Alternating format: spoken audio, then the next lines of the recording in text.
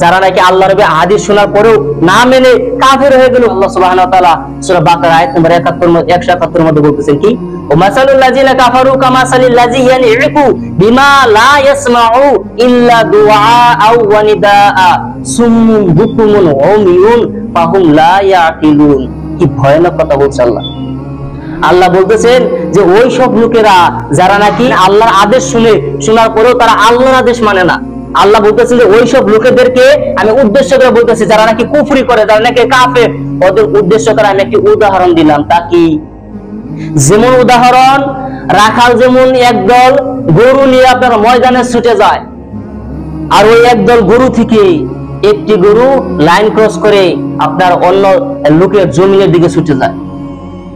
আর তখন রাখাল তার গরুকে ডাক দেয়, এই গরু ঘুর, এইদিকে আস, ওদিকে চলে যাবে না। তখন গরু কি করে? গরু শুধুমাত্র পিছনের দিকে তাকায় যে তার মালিকে, তার রাখালে কি বলতেছে।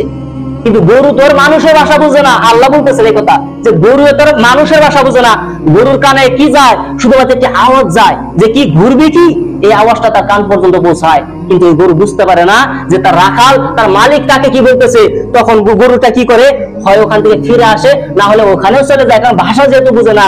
ঠিক এই সব লোকেরা যারা নাকি কাফের, যারা নাকি কুফরি করে, আমার বিধান জানার পরেও এরা আল্লাহর বিধানকে মানে না, আমার আদেশ জানার পরেও এরা আল্লাহর এই বিধানকে তারা প্রচলিত করে না।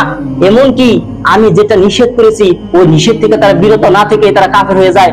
ওই সব লোকেরা ওই রকম, যেমন রাখাল তার গরুকে ডাক দেয় আর গরু রাখালের ভাষা বুঝে না, ঠিক আমিও যেন আমার বান্দাদেরকে ডাকি যে বান্দা তুমি এই শিরক করো না, বান্দা তুমি এই কাজ করো না, বান্দা তুমি কেন নামাজ পড়ো না, আমি মানুষকে আদেশ করে বলতেছি, তারপরেও যেন এই সব লোকেরা তার রবের যে স্রষ্টা, যাকে যে রব তার বান্দাদেরকে আপনার নিঃশ্বাস দিচ্ছে, রিজিক দিচ্ছে, দুনিয়াতে আপনার চলার জন্য ব্যবস্থা করে দিচ্ছে, ওই রবকে তারা ভুলে যায়। যেমন রবের আওয়াজ তাদের কান পর্যন্ত পৌঁছায় না, যেমন পৌঁছায় না রাখালের আপনার আওয়াজ গরুর কানে, এরা মনে হয় ওইসব গরুর মতো।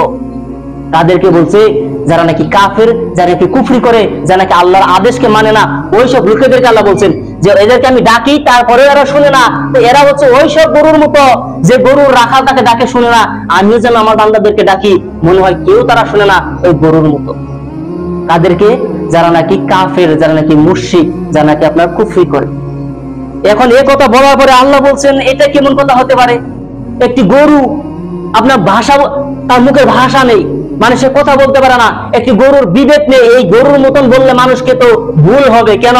মানুষের বিবেক রয়েছে, মানুষের চোখ রয়েছে, মানুষের কান রয়েছে, এরা চলতে পারে, লড়তে পারে, এদের ভবিষ্যৎ প্ল্যানিং রয়েছে। কিন্তু গরু তার ভবিষ্যৎ প্ল্যানিং নেই যে এক বিঘা জায়গা আমাকে বেঁধে দিল আর আজকে আমি এক কালি খাবো আর 3 দিন ধরে ওগুলো খাবো।